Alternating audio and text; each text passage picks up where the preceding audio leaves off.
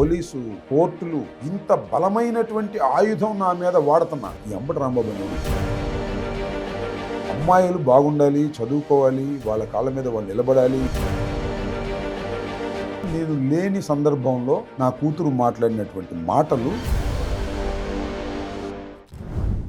ఒక పక్కన సామాజిక సమీకరణ క్యాస్ట్ కాంబినేషన్ అనుకోండి, మీరు చెప్పినట్టు 2024లో పవన్ కళ్యాణ్ సపోర్ట్ చేయడం వల్ల కలిసి వచ్చింది కూటమికి, టీడీపీకి అని చెప్తూ ఉన్నారు. అలాంటి ఈక్వేషన్ ఒక పక్క. ఇంకో పక్కన బలంగా, స్పష్టంగా, ధైర్యంగా మాట్లాడుతున్న మీలాంటి నాయకుల మీద కేసులు కడుతున్నారు అని చెప్తున్నారు కదా. ఈ రెండు అస్త్రాలు వైసీపీని వెనక్కి నెడుతున్న పరిస్థితులు కదా ఇవి. వీటిని ఎంతవరకు ఫేస్ చేయగలుగుతున్నారు సక్సెస్ఫుల్గా? మీరు పొరపాటు పడుతున్నారు.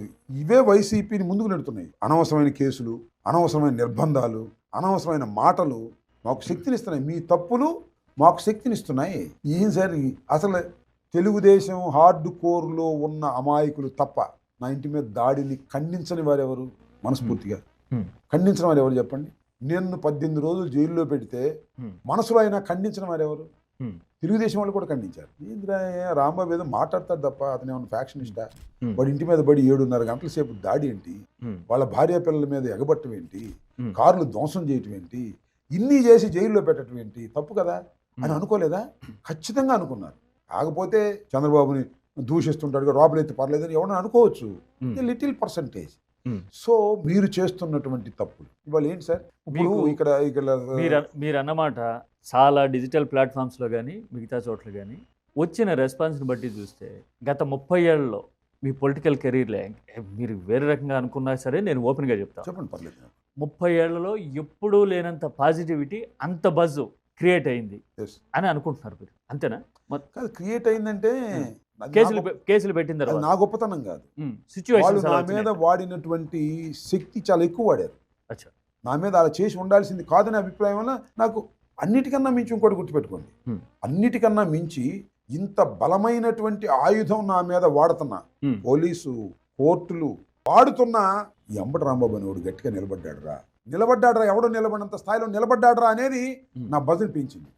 నేను పారిపోతే జైలు నుంచి బయటకు వచ్చిన తర్వాత ఇంట్లో దాక్కుంటే అయిపోయింది విడిపోయి అంటారు. అది కూడా ఒక అంశం తప్ప ఎన్ని కాలానుగుణంగా చరిత్రలో ఒకదాని తర్వాత వచ్చినటువంటి అంశాలే తప్ప నేను క్రియేట్ చేసుకునేవి కాదు, నా పేరు కోసం పాకులాడింది కాదు. అలా వచ్చింది. నా ధైర్యం అనండి, నా ముందు చూపు అనండి, నిలబడిన తత్వం అనండి, ఇవన్నీ నాకు యాడ్ అయినాయి అంతే.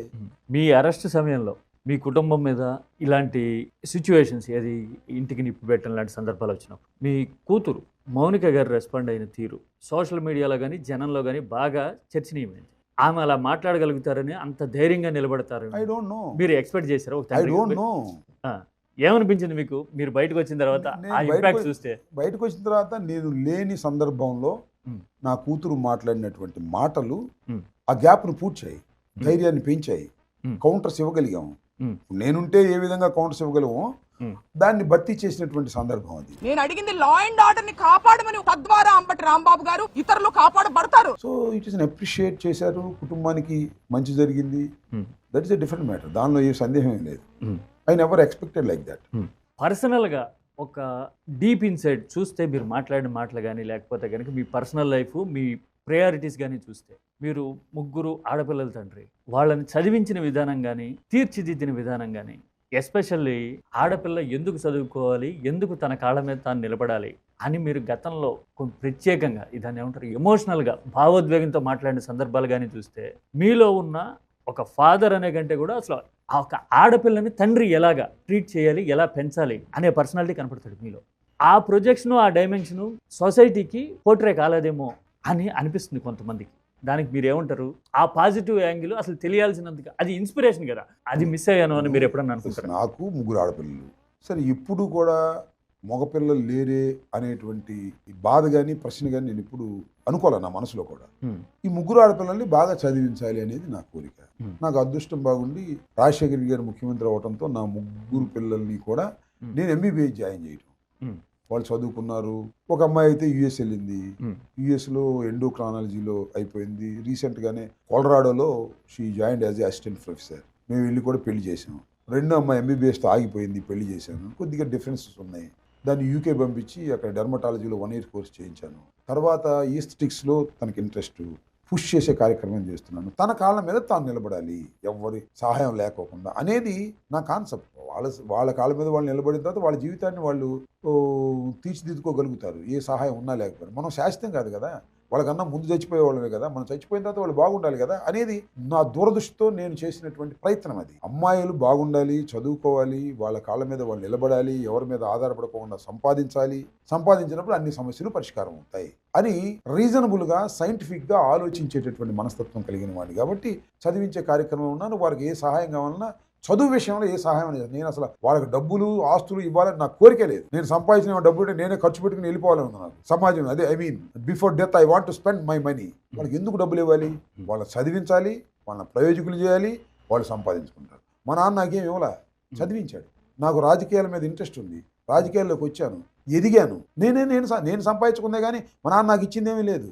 అంటే పూర్వం ఎలా ఉండేదంటే తాతల తండ్రులు ఆస్తులు తింటూ బతికేవాళ్ళు. ఇవాళ అసలు మీరున్నారు, మీరు పుట్టిన తర్వాత మీరు పెరిగి 10th క్లాస్ అయిపోయి ఉద్యోగం చేయడం మొదలెడితే మీరే 100 కోట్లు సంపాదించేస్తున్నారు. ఇవాళ ఆ కెపాసిటీ ఉంది. ఒక జీవితంలో 100 కోట్లు సంపాదించడం ఎప్పుడు ఉండేది కాదు. యుగం స్పీడ్ అయిపోయింది. మనం నిరుపేదలో పుట్టి అత్యంత ధనవంతుడిగా చనిపోయేటటువంటి అవకాశాలు ఈ సమాజంలో వచ్చాయి వాళ్ళ మొత్తం గ్లోబలైజేషన్ అయిపోయిన తర్వాత. సో మనం పిల్లలకి ఏమి ఇవ్వవసరంలా, వాళ్ళు సంపాదించుకోవడానికి కావలసినటువంటి జ్ఞానాన్ని మనం ఇవ్వగలిగితే వాళ్ళు సంపాదించుకుంటారు, వాళ్ళు బ్రతకగలుగుతారనే కాన్సెప్ట్ నాది. అది మిగిలితే ఇస్తాం, లేకపోతే లేదు, దట్ ఇస్ డిఫరెంట్. కానీ డబ్బులు ఆస్తులు ఇవ్వాలని కాదు, వాళ్ళ చదువు, వాళ్ళ సంస్కారాన్ని పెంచడానికి ఎన్ని కోట్లైనా ఖర్చు పెట్టవచ్చు అనేది నా అభిప్రాయం.